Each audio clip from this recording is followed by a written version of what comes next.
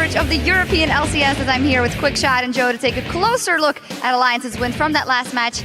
We've taken a break, we've cooled down because what an ending that was, but let's take it back to the beginning and the picks and bans. What did stand out for you guys? Fnatic actually running a very similar comp to yesterday. That's exactly what stands out. Alliance got some comfort picks, but it felt like they may have been forced into some corners, locking in the Lucian very early to prevent the Braum Lucian lane, for example, because they synergize so well. Insta-lock Braum from Yellow Star. The rest of the comp is exactly the same as yesterday. The Evelynn, Twisted Fate, Shyvana, and it just felt like Fnatic had a lot of comfort champions for this sort of pick and invade and dive heavy style that they played so well yesterday. Yeah, and the new thing obviously in that comp that really differed was the Braum support pick, and we saw how much of a control that gave him in the lane, setting up 2 or 3 kills, even maybe make sure he gets his passive off there, the slow coming in as well, and managing to lock up 2 or 3 kills onto Nif early. Really solid pick today. Yeah, absolutely, and there's the comp just as yesterday. Peke again on Twisted Fate with teleports, making things happen all around the map. We actually have a replay to show that off when he went to the top lane to get a kill.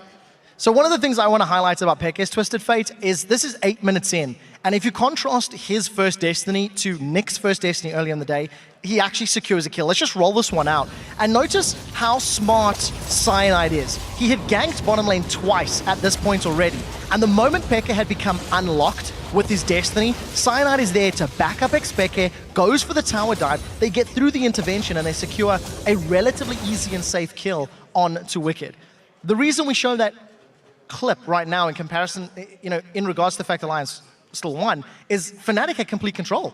Fnatic played the map, they had more kills, they got the dragons. They were pushing Alliance all around. Yeah, and I think another point of that is the vision control that Fnatic had. We always give Alliance credit. They always say that vision control is so important, and it is. Things like that allow, when you've not got the vision control, which Alliance didn't have in this early game, it allows Peke to move a lot more freely with Cyanide just walking wherever he wants. Really well done.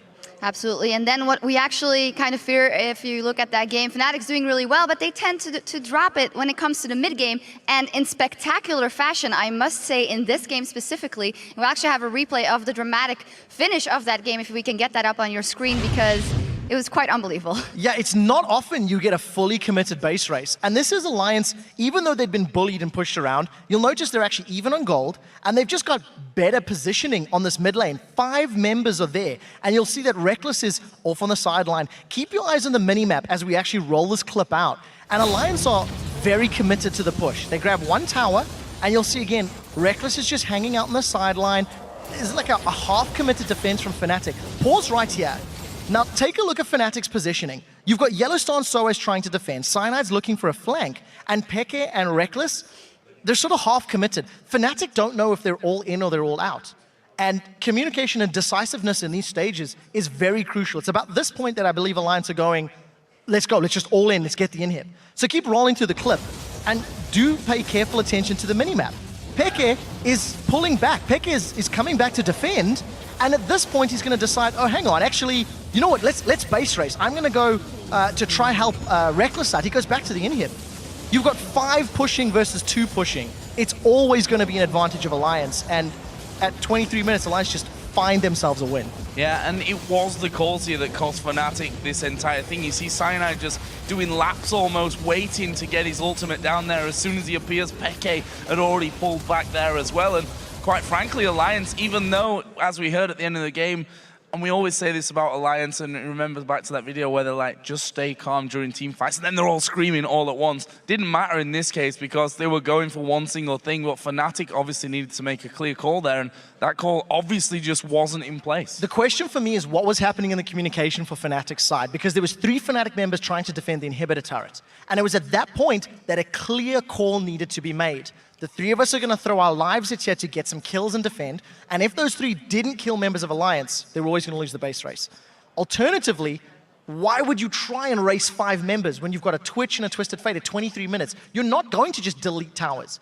So I do feel that the calling is questionable, and unfortunately Fnatic just made the wrong decision. They will be hitting themselves across the head when they watch that replay. Let's look at what this means for both teams, because as I pointed out with Froggen, it is an important weekend versus Gambit and versus Fnatic. Could this be a bit of a momentum game 4 weeks into the summer split? All teams kind of looking for their form. in search for playoffs, and then a moment like this between these two teams. I would dare say it gives confidence to Alliance in terms of their shot calling, because they all committed to a call, they trusted the call, and it worked. And I would say it's going to sow the seed of doubt in Fnatic, because whoever was yelling the loudest or whoever was making the decision wasn't taking the big picture into account, and that could be a big blow to their mindset. So I think there are two ways to look at it if you're Fnatic right now. Number one, that is a crappy game to lose. That is the worst way to be losing a game. On the other side, it's very easy to pin down, I think, why they lost that game. So it's also something that they can probably easily work on. So on one hand, horrible way to lose a game. On the other side, easily fixable, I think, for Fnatic. Well, whatever side it was great to watch for us, so that's always nice. It's nearly time for